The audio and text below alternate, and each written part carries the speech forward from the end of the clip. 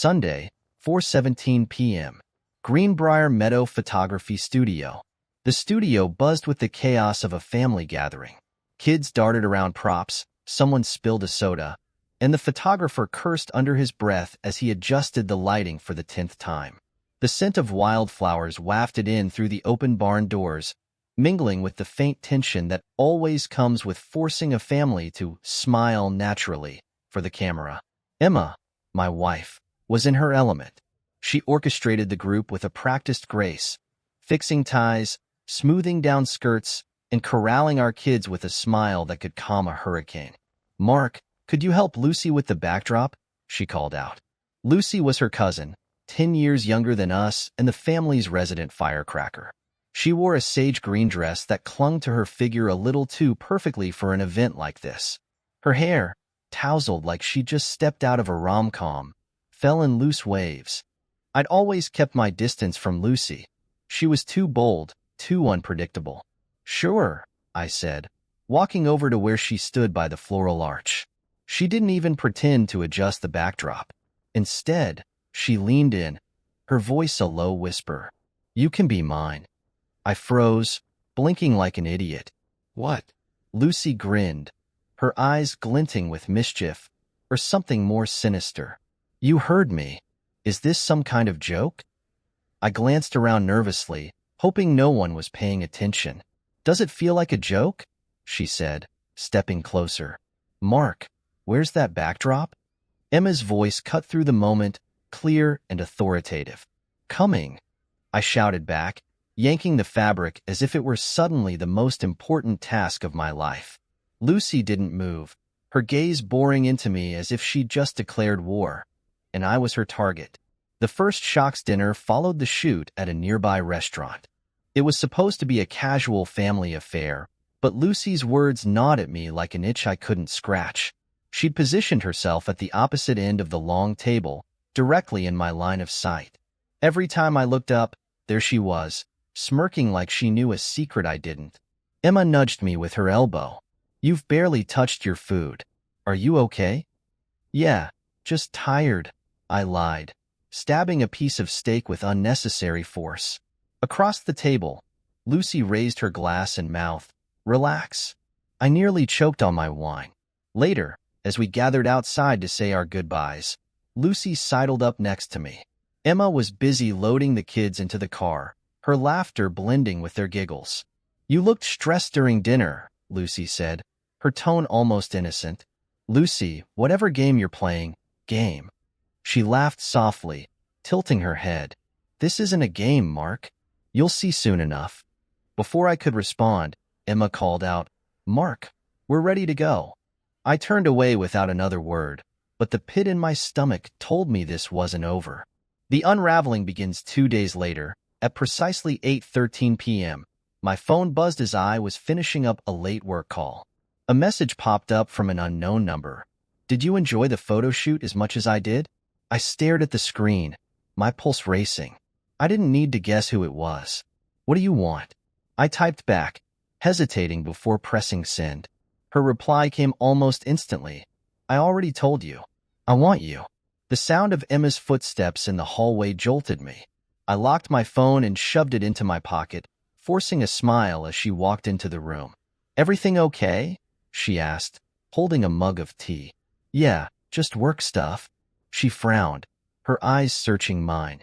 "You've been distracted lately. Is something going on?" "No, nothing," I said too quickly, kissing her forehead. "Just tired." But as Emma left the room, I felt the weight of my lie, and Lucy wasn't done. The bombshell: the following Saturday, Emma decided to host a family brunch at our house. It was her way of keeping the family connected, a tradition she cherished.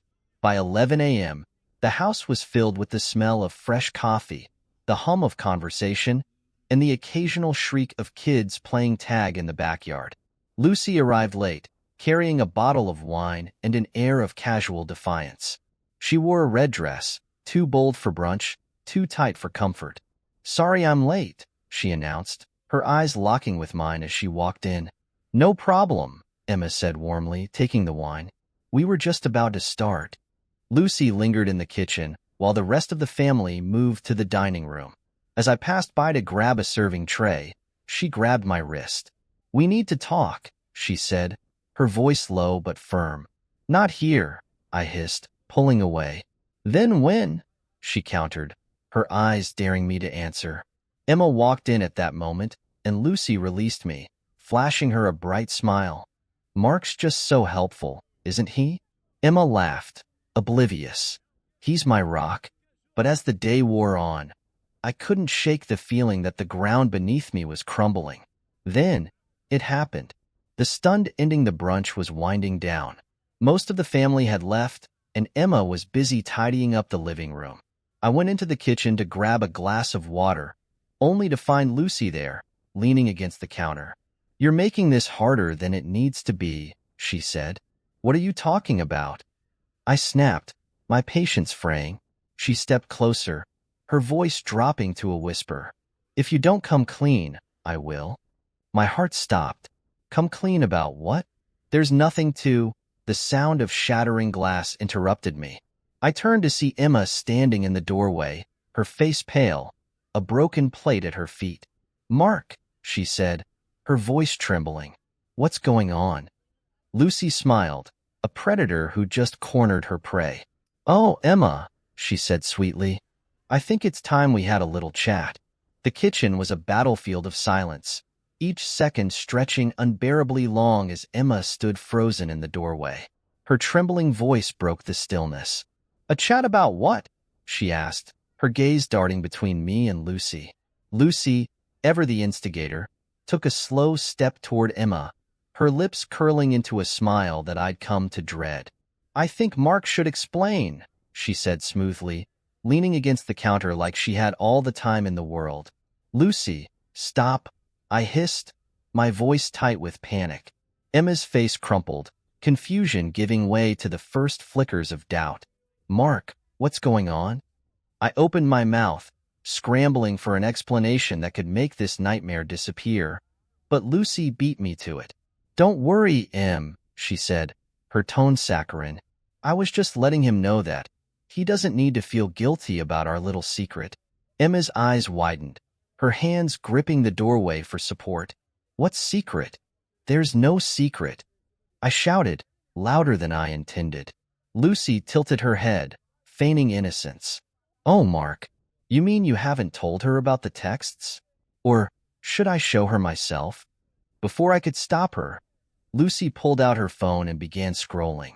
My heart pounded as I imagined the messages, the harmless ones, the dangerous ones, and everything in between. "Lucy, enough." I lunged forward, but Emma stepped in front of me, her hand raised like a shield. "Let me see," Emma demanded, her voice trembling but resolute. Lucy handed her the phone with a theatrical flourish. "See for yourself." Emma's revelation. I watched in horror as Emma's eyes scanned the screen. The color drained from her face as she read Lucy's carefully curated collection of our interactions, screenshots of her messages, taken completely out of context. "Mark," Emma's voice cracked, and tears brimmed in her eyes. "Is this real?" "She's twisting things," I stammered, my words tumbling over themselves. "I never, Emma. I swear." "Oh, come on," Lucy interrupted with a laugh. "He didn't seem so conflicted when he told me he liked my dress last week." "That's not what happened," I shouted, but the damage was done. Emma handed the phone back to Lucy and turned to me, her expression unreadable. "How long has this been going on?" "There's nothing going on," I said, desperate. Lucy raised an eyebrow, clearly enjoying the show. "Denial's not a good look, Mark." Emma shook her head, her voice rising. "Do you think I'm stupid? Do you think I don't see what's happening here?" I reached for her hand, but she pulled away. "Emma, please. She's lying. She's doing this to hurt us." Lucy laughed softly. "Hurt you? Sweetheart, if I wanted to hurt you, you'd know." Emma's tears spilled over as she turned and walked out of the kitchen. "Emma, wait," I called, but she was already gone, the sound of her footsteps echoing up the stairs. Lucy's game deepens. I spun around to face Lucy, my fury finally breaking through the panic. "What the hell is wrong with you?" She smirked, unbothered by my outburst. Wrong with me? I told you what I wanted, Mark. You didn't listen. You're insane, I spat. Maybe, she said, shrugging. But now, Emma knows something's up. Let's see how long you can keep pretending everything's fine. You think you've won? I demanded. Lucy leaned closer, her voice dropping to a whisper. I always win. I clenched my fists, fighting the urge to scream. Stay away from us, Lucy. I mean it. She laughed again, a cold, unsettling sound. Oh, Mark, you've already let me in. Good luck getting rid of me now. Emma's ultimatum that night. Emma locked herself in the guest room. I could hear her crying through the door, each sob cutting into me like a blade. I tried knocking, pleading, but she refused to answer. By morning, she emerged, her eyes puffy but her voice firm. I'm taking the kids to my parents' house for a few days, she said, avoiding my gaze. Emma, please, I said, blocking her path. Don't let Lucy get between us. She's trying to ruin our marriage. Emma crossed her arms, her expression hard. Why would she try to ruin our marriage if there's nothing going on? Why would she say those things if you didn't give her a reason? I don't know, I exclaimed. She's crazy, Emma. She's obsessed. Emma studied me for a long moment, her silence suffocating. I need time, Mark, to think, to figure out if I can even trust you anymore. Her words hit me like a punch to the gut, but I nodded, stepping aside. I'll do whatever it takes to fix this. Just don't give up on us. She didn't reply. She just walked out, the kids in tow, leaving the house emptier than it had ever felt. The unraveling truths with Emma gone, Lucy's presence loomed larger than ever. She started showing up unannounced, her excuses as flimsy as the lines she'd crossed. Just checking in, she'd say, smirking as she lounged on my couch. I don't want you here, I told her repeatedly, but she was relentless. Oh, Mark, you should have thought about that before you started texting me. She had an answer for everything, twisting the truth until even I started to doubt my own memories. And then, one evening, Lucy delivered her biggest bombshell yet. You think Emma's the only one I've got dirt on? She said casually, twirling her wine glass. What the hell are you talking about? I demanded. Lucy leaned in, her eyes glittering with triumph. Let's just say, you're not the only one with secrets. If you thought this was bad, just wait. Things are about to get very interesting. The threat hung in the air, suffocating and undeniable. Whatever she had planned next, it was clear Lucy wasn't done tearing our lives apart. The house felt like a prison, its silence pierced only by the hum of the refrigerator or the occasional creak of the floorboards. With Emma and the kids gone, I had too much time to think. Too much time to dread Lucy's next move. She hadn't contacted me since her cryptic warning, but I knew her well enough to understand that the silence wasn't peace, it was preparation. Whatever she had planned, it was coming. Emma's unexpected call on Wednesday evening, my phone buzzed. It was Emma. Relief flooded me as I answered. Emma, thank God. How are you? How are the kids? Her voice was cold, distant.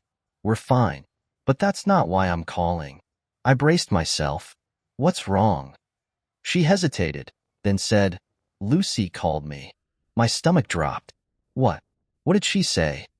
She told me things, Emma said, her voice tight with barely contained anger. Things about you.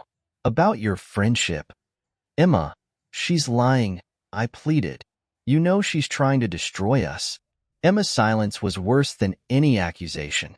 Then, she said, Mark, she mentioned something else. Something about my family. What? I asked, confused. She said you weren't the only one keeping secrets. Now I was as stunned as Emma sounded. What is she talking about? I don't know, Emma admitted, but I'm going to find out. She's coming over tomorrow to talk? No, I exclaimed, panic overtaking me. You can't let her manipulate you like this. I don't trust her, Emma said bluntly, but right now, I trust you even less. The line went dead before I could reply. Lucy's true intentions the next day. I couldn't stop imagining Lucy and Emma talking.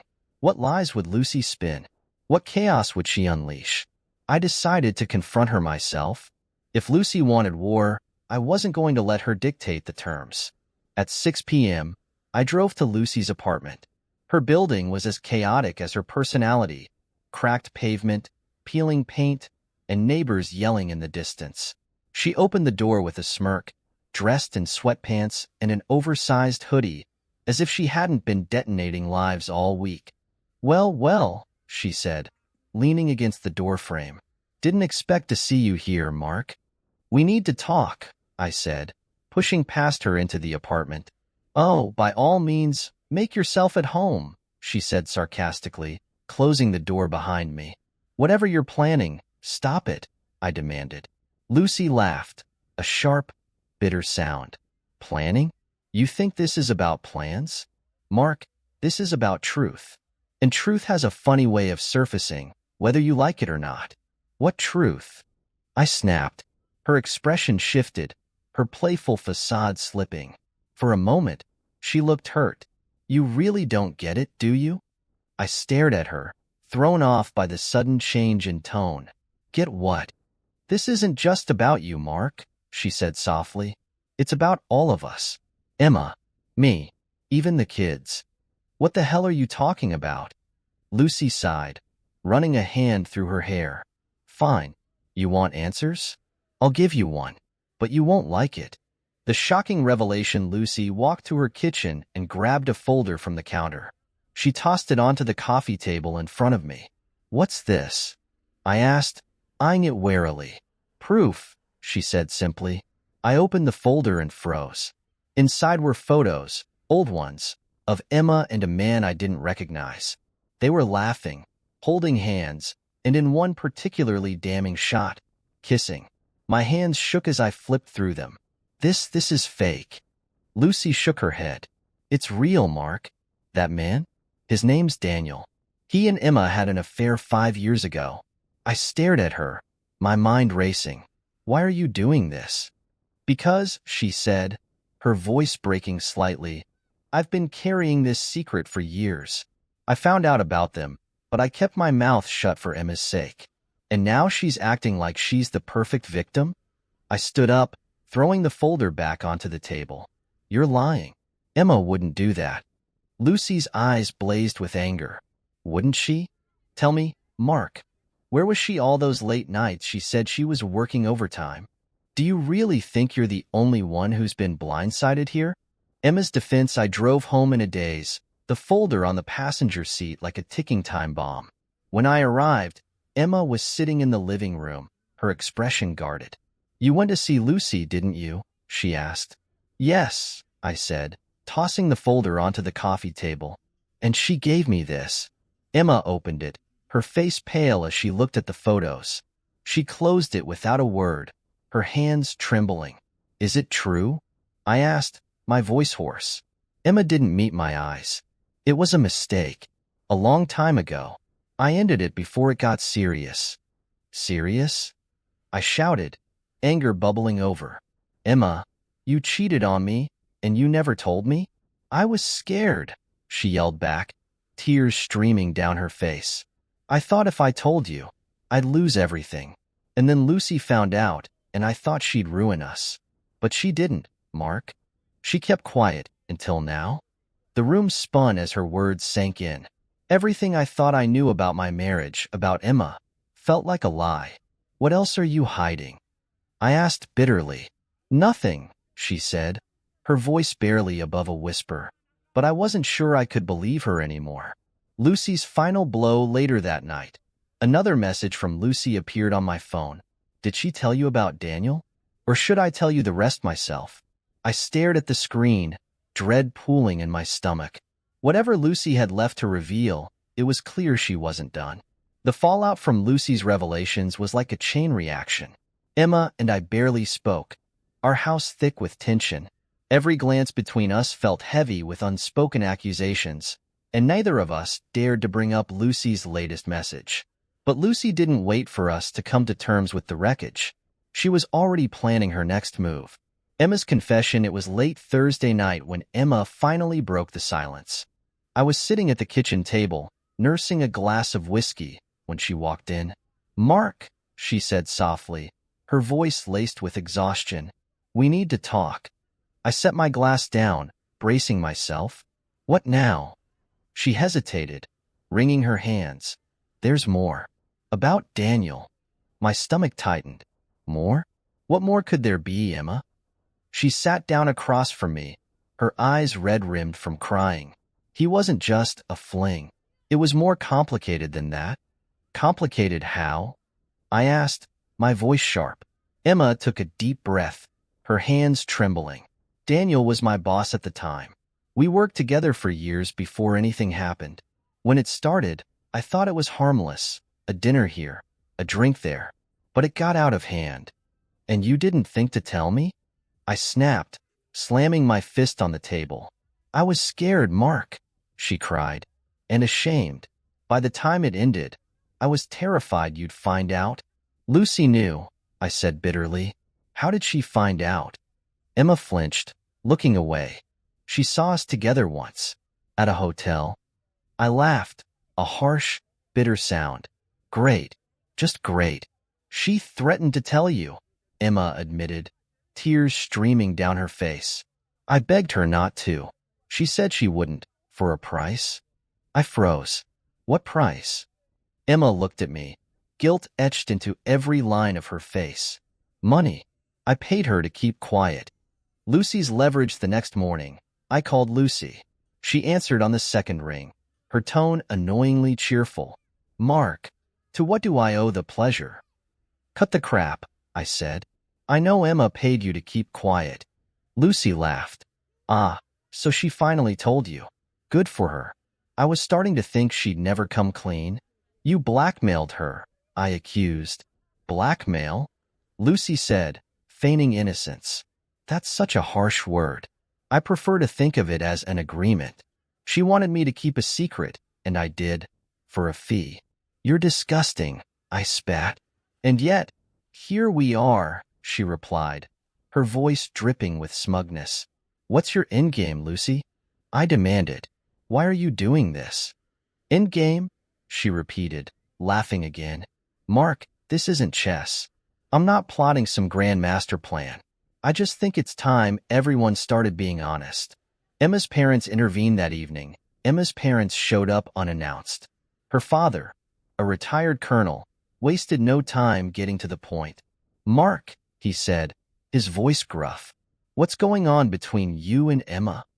I glanced at Emma, who stood stiffly by the doorway. "Did you tell them?" "No," she said quietly. "Lucy did." "Lucy?" Her mother's face twisted in confusion. "What does Lucy have to do with this?" "Everything," I muttered. Emma's father crossed his arms, glaring at me. "Start talking." I hesitated, unsure how much to reveal. But Emma stepped forward, her voice steady despite the tears in her eyes. "Dad, Mom, it's my fault," she said. "I had an affair. Years ago. And now Lucy's using it against us." Her parents exchanged shocked glances before her father turned back to me. "Is this true?" "Every word," I said bitterly.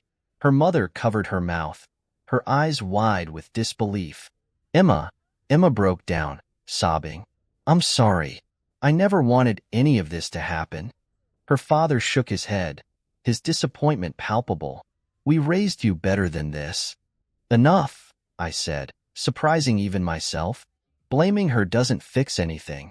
Right now, we need to figure out how to deal with Lucy." Lucy's escalation 2 days later.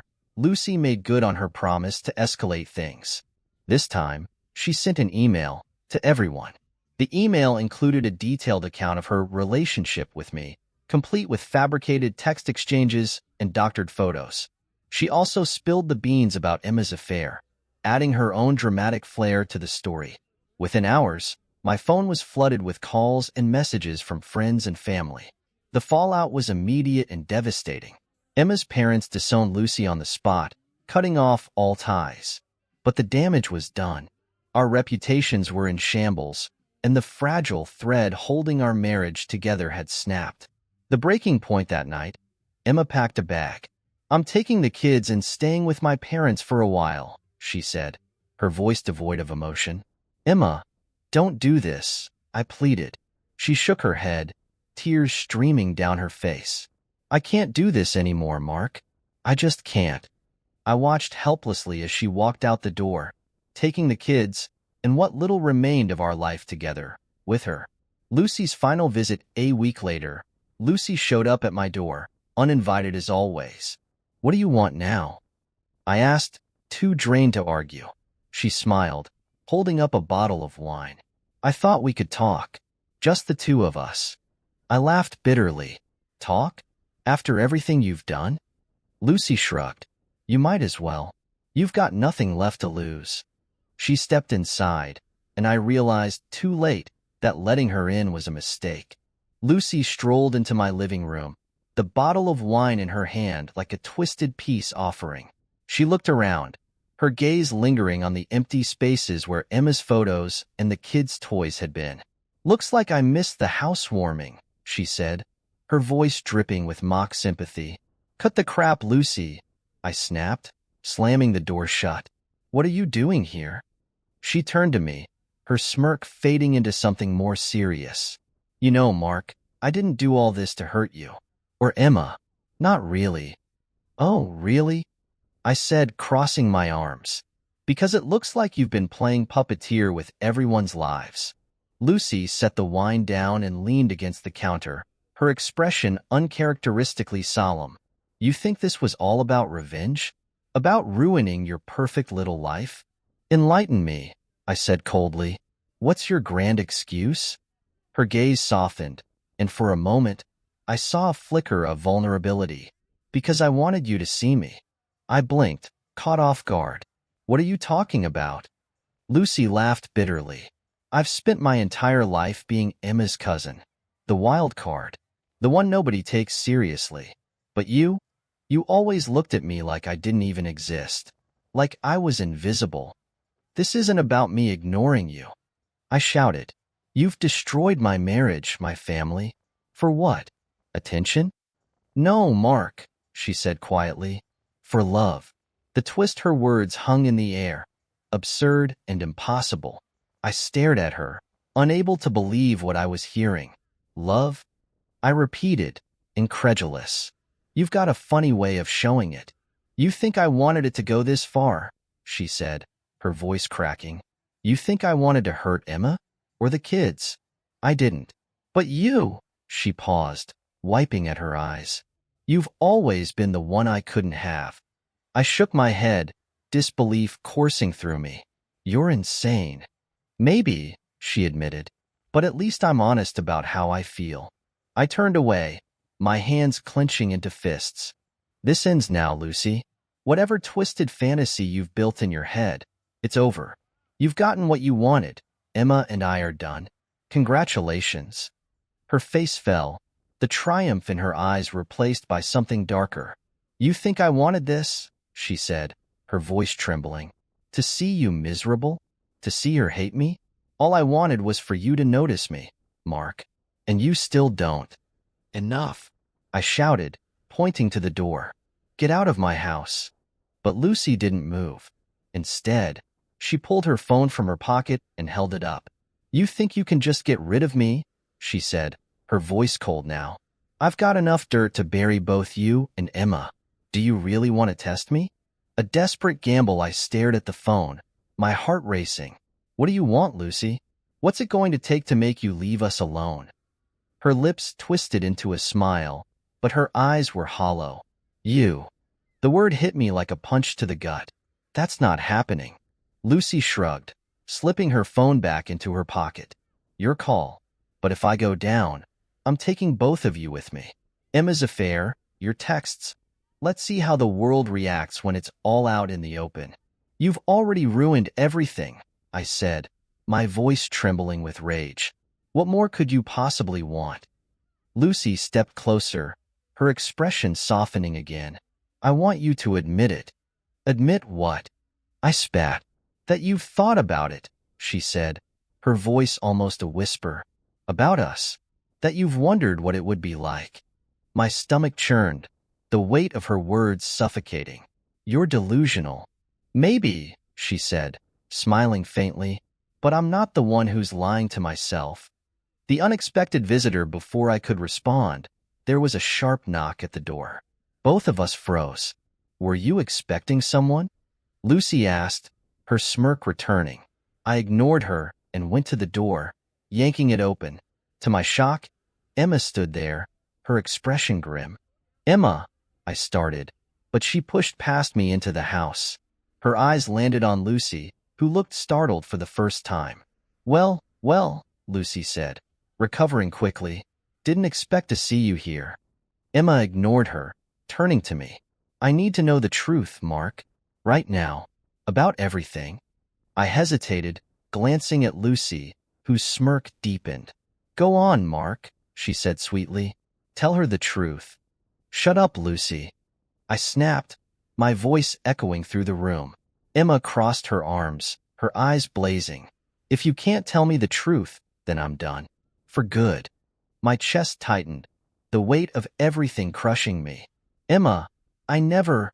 Don't, she interrupted, her voice shaking. Don't lie to me again. The climactic confrontation. Lucy stepped forward, her smile widening. This is fun, isn't it? All the secrets, all the lies. But you know what they say, the truth will set you free. Lucy, stop, I warned. Why should I? She said, her eyes glinting with malice. This is what you wanted, isn't it? To come clean? To let Emma see who you really are? Emma turned to Lucy, her voice icy. What's your endgame here, Lucy? What do you want? Lucy hesitated, her confidence wavering for the first time. I just want him to admit it. Admit what? Emma demanded. That he's thought about me, Lucy said, her voice trembling. That he's wanted me. Emma looked at me, her eyes searching mine for the truth. Mark, she whispered. I started, but Lucy cut me off. Liar, she shouted, her composure shattering. You've thought about it. I know you have. Get out, Lucy, Emma said, her voice steely. Lucy's eyes widened in disbelief. You're defending him? After everything? Get out. Emma's tone left no room for argument. For a moment, Lucy looked like she might argue. But then she turned and stormed out, slamming the door behind her. The aftermath. Emma stood in the middle of the room, her shoulders trembling. Is it true? She asked, her voice barely audible. No, I said firmly. Emma, I swear, I never. She held up a hand, silencing me. I can't do this anymore, Mark. I need space. I nodded, my heart breaking as she turned and walked out the door, leaving me alone in the wreckage of what used to be our life.